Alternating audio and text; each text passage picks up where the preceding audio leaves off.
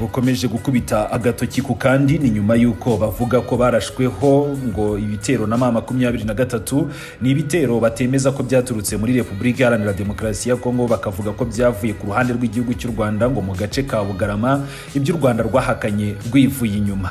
Ku munsi w'ejo nibwo muri Loni n'ubundi bateguje ko bashaka gutangiza intambara yeruye ku gihugu cy'u Rwanda ngo kubera ko itegeko rya Loni rya 51 ngo ryemeza ko mu gihe igihugu cyatewe ngo ko nacyo gifite uburenganzira 100% bwo kwirwanaho.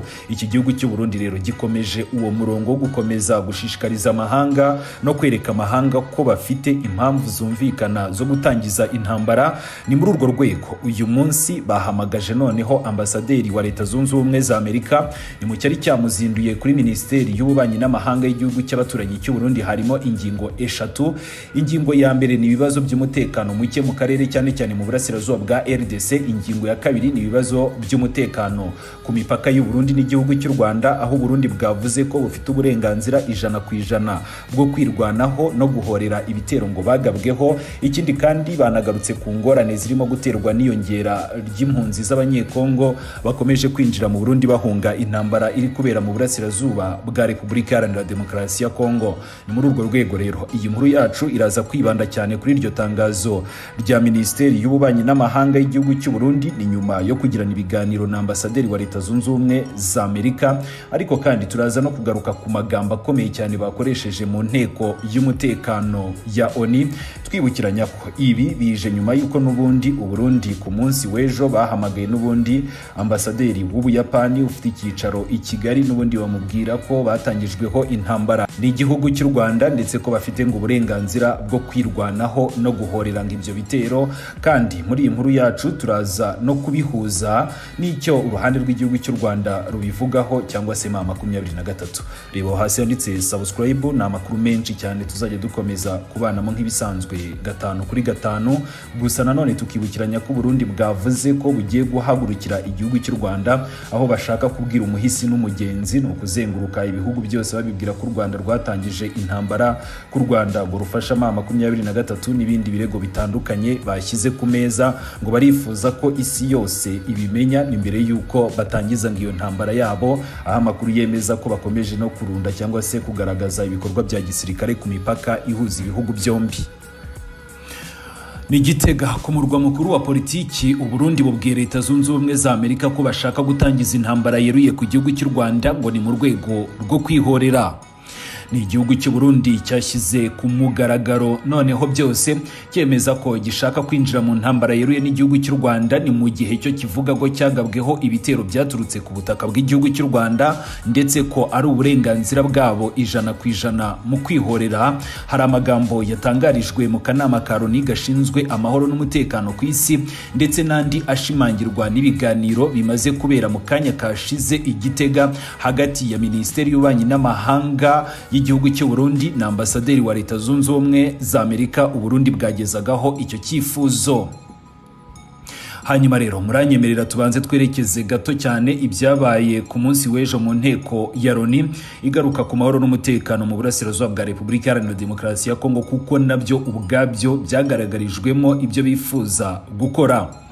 Ni mu nama yabereye i New York, ambasaderi w'u Burundi muri Loni yitwa Maniratanga Zefriri yatangaje ko igihugu cye ngo gihangayikishijwe n'ibitero byambukiranya imipaka. Avuga ko ibikorwa bikomeje kugenda bikorwa ngo biragaragaza neza ko u Burundi bushaka gutangizwaho intambara kandi ngo ntabwo bashobora kubyihanganira.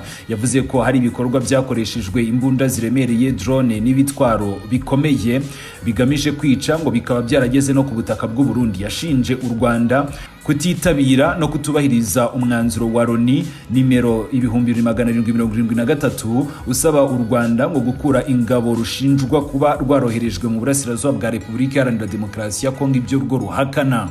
Uyu mwanzuro kandi ugasaba Leta ya Repubulika Iharanira Demokarasi ya Kongo gusenya imitwe yitwaje ikorera mu burasirazuba bwa Repubulika Iharanira Demokarasi ya Kongo, harimo na FDLR, umutwe umaze igihe kirekire ushinjwa gukorana n'ingabo za Leta ya Kinshasa n'iz'u Burundi. Ni mu mirwano ihangayikishije ikomeje kubahuza n'ihuriro AFC M23. Ambasaderi Maniratanga yagaragaje ko ibikorwa by'iterabwoba n'ibitero byambukiranya imipaka ngo byibasira abasivile bikabangamira ubusugire bw'igihugu cye kandi ngo bikaba bisenya inzira igamije kugera ku mahoro arambye mu karere.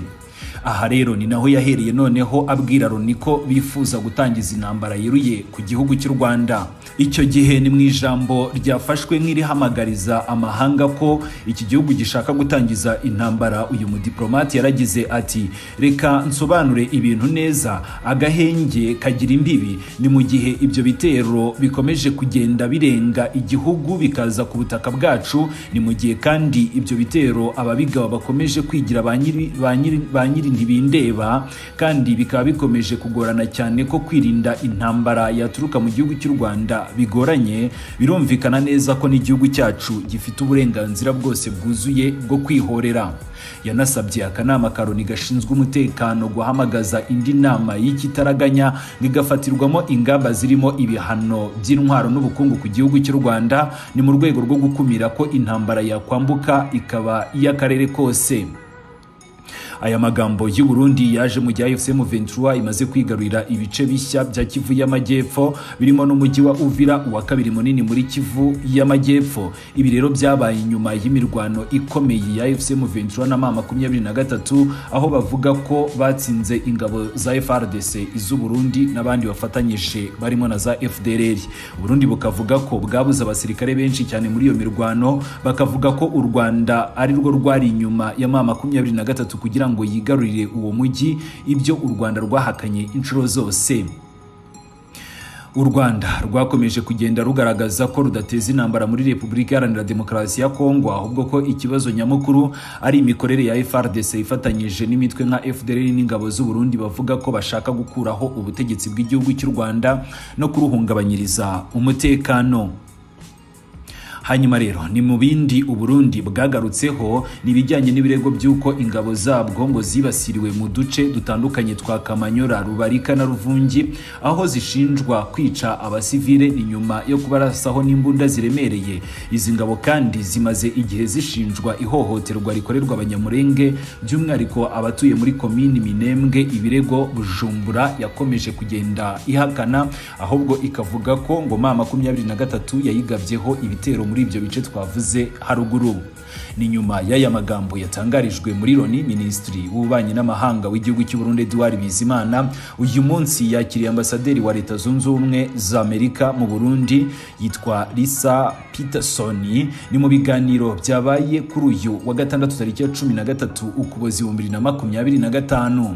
Nk'uko byatangajwe rero na Minisiteri y'Ububanyi n'Amahanga y'igihugu cy'abaturanyi cy'u Burundi, ibi biganiro ngo byibanze ku kibazo cy'umutekano muke mu karere, cyane cyane mu burasirazuba bwa Repubulika Iharanira Demokarasi ya Kongo n'intambara irimo gututumba hagati y'u Rwanda n'u Burundi, ibibazo by'umutekano ku mipaka y'u Burundi, ingorane ziterwa n'iyongera ry'impunzi z'abanyekongo zikomeje kwinjira mu Burundi.